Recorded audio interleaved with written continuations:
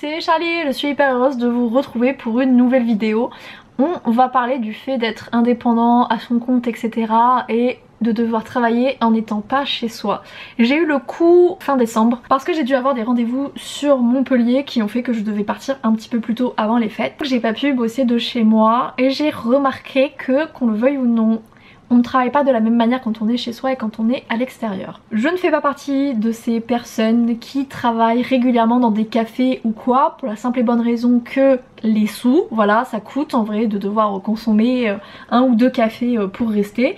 Et c'est vrai que cet argent, je préfère l'utiliser ailleurs. C'est vrai que moi j'ai l'habitude énormément de bosser de chez moi et c'est là aussi où je suis la plus productive parce que je suis chez moi, je peux gérer mon temps comme je le souhaite, alors que quand t'es dans un café, mine de rien, il y a d'autres personnes autour généralement, ça bouge plus, tu n'es pas dans la même manière de travailler. Et je voulais revenir dessus parce que quand je ne suis pas chez moi, je travaille, je trouve, moins bien. Début d'année dernière, j'allais presque une fois par semaine chez ma meilleure pote parce que elle est youtubeuse, donc pareil, elle travaille de chez elle et donc je venais une journée, comme ça nous permettait aussi de discuter et de voir du monde. Je venais toujours chez elle parce que elle avait besoin du coup de son setup pour tourner des vidéos, le montage, etc. Elle pouvait pas venir chez moi, donc c'était moi qui me déplaçais. C'était pas les journées où j'étais la meilleure dans mon écriture. Au-delà même du fait que j'étais moins productive parce que je suis pas chez moi, etc. C'est pas la même manière de travailler. Je suis pas dans le même état d'esprit, je m'en aperçois. Je peux travailler, hein, j'ai pas de soucis, je vais me mettre à écrire, etc. Mais je le remarque, souvent les gens parlent d'être inspirés, etc. Moi je parle de connexion. Quand je suis dans un café, quand je suis chez mon père par exemple, ou quand je suis chez ma meilleure amie, je ne me connecte pas de la même manière à mon texte que je le fais habituellement. Et ça, bah en fait ça se voit très clairement, en fait j'ai plus de mal à être inspirée, ça va mettre plus de temps et le processus pour me mettre à fond dans mon texte va être plus difficile. Ce n'est pas impossible, hein, j'y arrive quand même, et heureusement Dieu soit loué, mais c'est vrai que c'est moins évident. Peut-être parce que chez moi c'est très tranquille, je veux dire à part Sram qui miaule sans cesse, il y a que moi. J'ai pas une partie de mon esprit qui est là à savoir que par exemple chez mon père quand ils vont terminer leur journée de travail, moi ça va forcément impacter la mienne, ou que avec ma meilleure pote on va manger à 14h. Comme je suis toute seule, je gère ma vie comme je le souhaite, ça a un impact sur ma productivité, sur ma manière d'écrire. Je pense que je dois pas être la seule indépendante à avoir ce même souci là. Je pense que si par exemple tu vois demain on me disait tu dois travailler dans un bureau ou même chez une autre personne, je finirais par m'y habituer parce que je prendrais d'autres routines. Ma routine elle est principalement chez moi puisque c'est là où j'écris surtout. De modifier ma routine, ça modifie ma manière de travailler.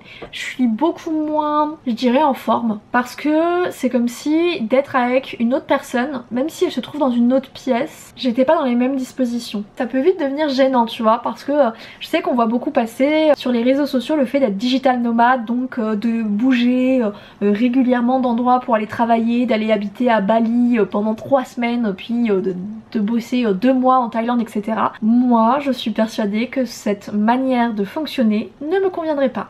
Être digital nomade, je pense que c'est quand même un état d'esprit, c'est quand même une manière de fonctionner qui ne me correspond pas. Déjà parce que je suis quelqu'un d'extrêmement casanier. Je vis ma meilleure vie en étant chez moi. Voilà, avec mon petit chat, mes bibliothèques, mes ordinateurs, mon boulot. Je suis très bien comme ça. J'aime profondément être chez moi. Je sais qu'il y a plein de personnes qui ne voient leur logement que comme finalement un endroit pour dormir, manger et déposer des affaires. Moi, mon chez moi, c'est ma grotte, c'est mon endroit à moi, c'est là où je me sens le plus en sécurité. C'est pour ça que je pense qu'une de mes hantises, c'est de me faire cambrioler par exemple. Et c'est vrai que du coup, je me sens très bien chez moi, je me sens vraiment en confiance et donc je peux bosser comme je le souhaite. Alors que le fait de se déplacer souvent, déjà moi ça me saoule, ça m'épuise très vite de rencontrer plein de personnes, même si c'est juste des inconnus, que c'est le temps de dire bonjour, au revoir et de prendre un café dans un endroit. Ça me demande des efforts, ça me demande de l'énergie supplémentaire que à choisir je préfère mettre dans par exemple mon texte. Et même si je suis par exemple chez mon père ou chez ma meilleure pote, que ce sont des personnes que je connais, que j'aime très fort, il n'empêche que mon rythme n'est pas le même. Les lieux ont un impact assez fort sur moi. C'est-à-dire que par exemple, mon papa habite dans une maison qui est très sombre, qui est très froide, parce qu'elle est très mal isolée. Elle est vraiment merdique sa baraque, hein, il la loue. Et elle est très sombre, elle est très froide. Et c'est très difficile pour moi de travailler dans cette ambiance. Quand il fait soleil et que le soleil tape sur les vitres, il n'y a pas de souci, que j'écrivais très vite, que j'écrivais bien, que j'avais un bon rythme. Mais dès qu'il fait moche, je procrastine ou j'ai beaucoup de mal à me mettre sur mon texte. Et c'est absolument pas le cas quand je suis chez moi par exemple, c'est-à-dire que là par exemple typiquement il fait gris, il fait moche, il a neigé d'ailleurs cette nuit, là maintenant ça s'est plus transformé en pluie, mais il fait très gris, un temps bien froid là, bien d'hiver comme on aime. C'est vrai que ça chez mon père, la maison est plongée dans le noir quoi, c'est-à-dire que t'es obligé d'avoir les lumières à 14h, enfin c'est indécent quoi. C'est un impact ultra violent, alors que là tu vois je suis chez moi, il fait gris et j'ai pas du tout le même ressenti de c'est la déprime, c'est la grisaille, j'ai envie de clamser profondément. Non là je me sens bien quand même parce que j'ai aussi une énorme baie vitrée qui est quand même bien placée, donc dès qu'il y a un peu de soleil la baie vitrée prend le soleil etc. Mais c'est vrai que chez moi c'est quand même beaucoup plus lumineux, c'est des choses qui peuvent paraître très bêtes. Je sais qu'il y a des gens ils sont absolument pas sensibles à ça, moi je me rends compte que je suis extrêmement sensible à la luminosité de l'endroit où je vis. Celui-ci d'ailleurs c'était un de mes critères, il fallait qu'il soit bien ensoleillé ou en tout cas d'avoir une bonne exposition pour prendre le soleil quand même régulièrement. Il y a des lieux comme ça où tu te sens plus à l'aise. Par exemple mon papa du coup a acheté une maison qu'il est en train de retaper, elle n'est pas forcément bien exposée, vous savez c'est les vieilles maisons vraiment de campagne un peu, donc c'est pas des grandes fenêtres, c'est des murs très épais etc. Mais cette maison, elle dégage un truc qui est ultra sain. Tu sens que cette maison, je sais pas, quand tu rentres dedans, tu te sens bien. Je suis persuadée que moi, sur des vieilles maisons comme ça, les lieux ont des âmes un petit peu, que à force d'avoir vu des propriétaires passer, elles ont un peu pris de chaque propriétaire et potentiellement des drames ou des joies de chaque locataire ou propriétaire. Et je suis persuadée que du coup cette maison là, c'était souvent des maisons un peu de vacances, vous savez, parce que c'est perdu en campagne quoi. Et cette maison, elle a une super vibes. Alors qu'à contrario, la maison qui loue du coup, elle a pas du tout ce même ressenti là. Un ressenti du coup très froid, très sombre parce que c'est comme ça qu'elle est. Enfin je me sens pas à l'aise. Et je sais pas, pour moi il y a des lieux aussi qui sont plus propices à qu'on se sente bien dedans, on puisse bien travailler. Et je suis persuadée que mon appartement il a des bonnes vibes pour travailler, pour être chez soi, parce qu'il est lumineux, parce que c'est un petit appart, il est pas ultra grand mais on se sent bien. Je l'ai meublé aussi pour qu'on se sente très bien, mais parce que de base je pense que c'est pas un logement qui est ultra vieux, vous voyez, donc il a pas non plus pris énormément de drames, potentiellement d'anciens locataires, ce genre de choses là, je sais pas, je me sens bien et il y a des lieux comme ça où je me sens mieux que d'autres. Et donc typiquement la maison que mon papa loue, j'ai beaucoup de mal à écrire, j'écris mais c'est difficile de me connecter, alors que sa maison qu'il a achetée et qui retape, je me sens toujours bien, je peux écrire sans aucune difficulté, j'arrive à me connecter très rapidement à mon texte. Et pourtant c'est pas une maison qui est non plus ultra lumineuse, elle dégage une vibe très particulière qui moi a un impact très fort sur ma manière d'écrire, et je pense que c'est le cas pour plein d'autres lieux.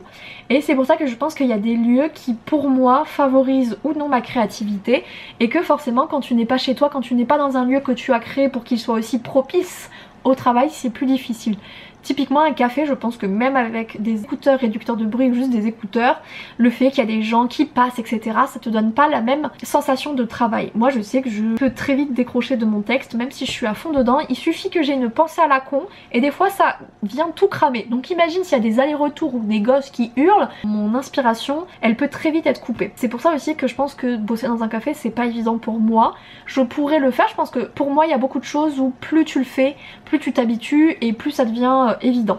Comme l'inspiration, hein, ça se travaille d'être inspiré et d'écrire assez vite sur son texte, pour moi ça se travaille. Après tout dépend évidemment de ta manière d'écrire, mais je pense que plus tu écris et plus c'est évident. C'est comme un muscle pour moi l'inspiration, et je pense qu'il y a énormément de choses dans nos vies qui sont comme des muscles, il faut être confronté à ça et on finit par s'y habituer. Mais c'est vrai qu'à choisir autant que ce soit le plus agréable. Et c'est pour ça que typiquement je ne pourrais jamais être digital nomade, parce que le fait de tout le temps se déplacer, d'aller bosser à droite à gauche dans des cafés, dans des coworking, ce n'est absolument pas ma manière d'être. Je serais je pense extrêmement malheureuse parce que je fais partie de ces gens qui quand ils ne connaissent pas un nouvel endroit sont souvent angoissés parce que je ne peux pas me projeter dans ce lieu, je ne peux pas, je dirais, réfléchir en fait à la manière dont va se dérouler ma journée. Là par exemple quand je suis chez moi ou typiquement quand j'étais chez ma meilleure amie ou chez mon père, je connais les lieux, j'ai eu plusieurs autres fois, je sais comment je vais pouvoir agencer ma journée. Dans des lieux que je ne connais pas, il y a un énorme point d'interrogation qui, en tant que bonne contrôle fric, m'angoisse profondément de ne pas pouvoir finalement déterminer ce qui va se passer à l'instant T quand je l'aurai décidé. Et c'est vrai que du coup être digital nomade, c'est finalement pour moi une énorme sortir de sa zone de confort x 10, et c'est vrai que cette énergie là que je vais utiliser à sortir de ma zone de confort, je préfère la mettre dans mes livres. Voilà, tout simplement.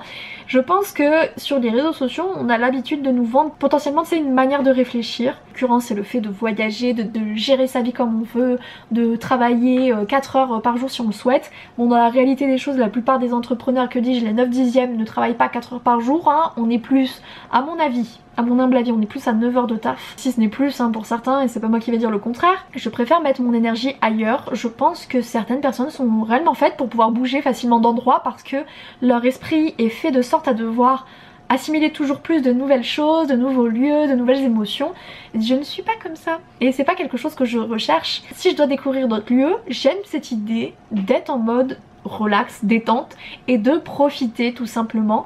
Et aussi parce que mine de rien j'ai un chat. Être digital nomade avec un chat c'est quand même plus compliqué qu'avec un chien, on va pas se mentir. Ne serait-ce qu'avec un chien il y a plein d'endroits qui ne prennent pas les animaux. Je n'ai pas envie de partir très loin de mon petit chat parce que je l'aime très fort. Et c'est vrai que de bourlinguer partout, même pour elle, je sais que ce serait extrêmement angoissant, qu'elle finirait par s'y habituer parce que je pense que ce chat s'habitue à beaucoup de choses. Elle s'habitue à un déménagement par an. Bon, ça la traumatise pas plus que ça de déménager, vous voyez. Les animaux s'habituent très vite, mais c'est pas une chose où j'ai en plus envie de gérer un petit être poilu qui est un peu stressé par tous les changements. C'est pas quelque chose que j'ai envie de gérer en plus. Donc moi je sais que je ne serai jamais digital nomade. Typiquement, bosser ailleurs, c'est pas évident. Ça me demande un temps d'adaptation qui va être plus ou moins long en fonction du temps, qui va être plus ou moins évident en fonction des personnes aussi que je côtoie dans ce lieu, en fonction des horaires des personnes ou de la manière dont elles travaillent, etc. ou qu'elles sont. Typiquement, c'est très difficile pour moi de d'écrire ou de travailler si je vois les autres autour de moi être en train de regarder des séries ou de se prélasser. J'ai beaucoup de difficultés et c'est vrai que du coup pour moi c'est pas évident. Le fait d'être digital nomade, je sais déjà que c'est pas quelque chose qui me plairait. Peut-être qu'à l'avenir je ressentirai ce besoin, mais à l'heure actuelle, à l'instant T, absolument pas. Je vis ma meilleure vie comme ça. J'aime être chez moi, j'aime travailler de chez moi. Ça par contre c'est un truc, je savais que ça me conviendrait de bosser chez moi et d'être très seule. Très clairement ça me plaît beaucoup. Et c'est vrai que du coup bouger, voir plein de personnes, bosser avec d'autres personnes, même si on est juste côte à côte avec un ordinateur, je me rends compte que c'est pas forcément évident pour moi. Donc du coup si vous êtes indépendant ou même salarié, est-ce que c'est des choses qui vous plairaient? Je pense que ça doit plaire à beaucoup de monde, mais je ne me reconnais absolument pas là-dedans. Moi j'aime bien être chez moi, j'aime bien travailler de chez moi et je n'ai absolument pas non plus envie de changer. En tout cas je vais vous laisser là. J'espère que ça aura pu vous interroger aussi sur votre manière de bosser et est-ce que le lieu a une importance pour vous. Moi typiquement quand j'étais en CDI, j'étais dans un endroit aussi très sombre, on avait tout le temps la lumière allumée, ça a joué de ouf sur mon moral aussi, hein, je vais pas vous le cacher. Donc moi je sais que je suis très sensible à ça, est-ce que c'est votre cas ou pas? Moi je vais vous laisser là, je vous fais à tous de gros bisous, je vous aime tous très fort, ciao ciao.